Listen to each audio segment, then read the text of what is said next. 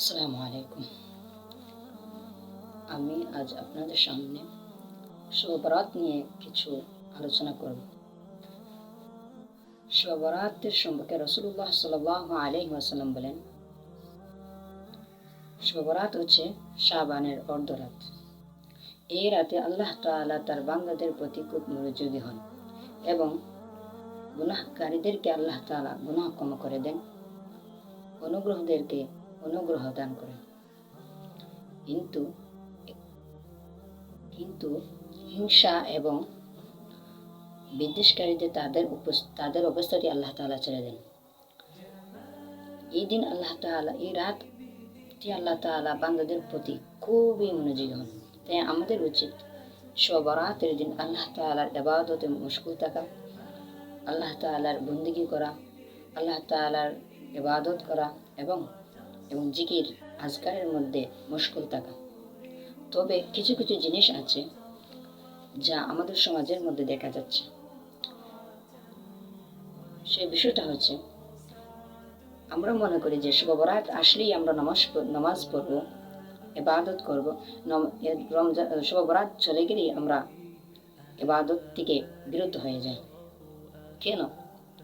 শবে বরাত মানে কি শুধু আমরা ইবাদত করব? শবে বরাত মানে কি আল্লাহর ইবাদত করব আর বাকি দিনগুলোতে আল্লাহর ইবাদত করব না? সেটা না তো। আমাদের উচিত শবে বরাতের দিন আল্লাহর ইবাদত করা, বন্দেগী করা। কিন্তু আমরা যারা শবে বরাতের দিন আল্লাহর ইবাদত করে, কিন্তু শবে বরাতের দিন চলে গেলে আল্লাহ তাআলার ইবাদতে লিপ্ত হয় না, আল্লাহ তাআলার ইবাদত থেকে বঞ্চিত হয়ে যায়, তাদেরকে নিয়ে আমি কিছু বলতে চাই। সেটা হচ্ছে, আমাদের উচিত শবে বরাত আসলে আল্লাহর ইবাদত করব, আল্লাহর জিকির আজকারে মশগুল থাকব এবং আল্লাহ তাআলার কাছে এই বলে প্রার্থনা করব, হে আল্লাহ, এই শবে বরাতের মাধ্যমে যেন আমার অন্তরটা পরিবর্তন হয়ে যায়, আমার অন্তরটা তোমার মুখী হয়ে যায়, তোমার দিকে ধাবিত হয় এবং সদা সর্বদা যেন আমার অন্তর তোমার জন্য, তোমার সন্তুষ্টি অর্জনের জন্য সর্বদা প্রচেষ্টা করতে থাকে। সেই মন অন্তরকে আমার পরিবর্তন করে দাও।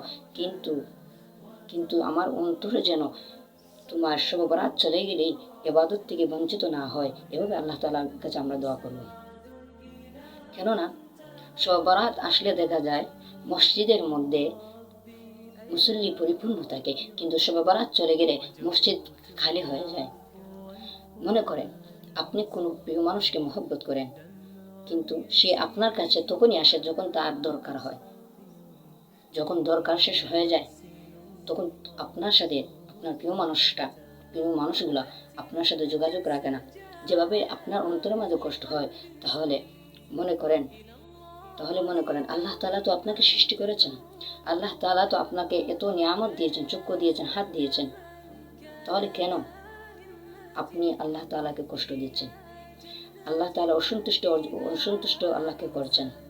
আপনি যে শবে বরাত আসলে আল্লাহর ইবাদত করেন আর বাকি দিনগুলোতে আল্লাহর ইবাদত করেন না, এত তো আল্লাহ তাআলা নারাজ হন আপনার প্রতি, আল্লাহ তাআলা অসন্তুষ্টি হন, আল্লাহ তাআলা অখুশি হন, আল্লাহ তাআলা আপনার এই আচরণ কষ্ট পান।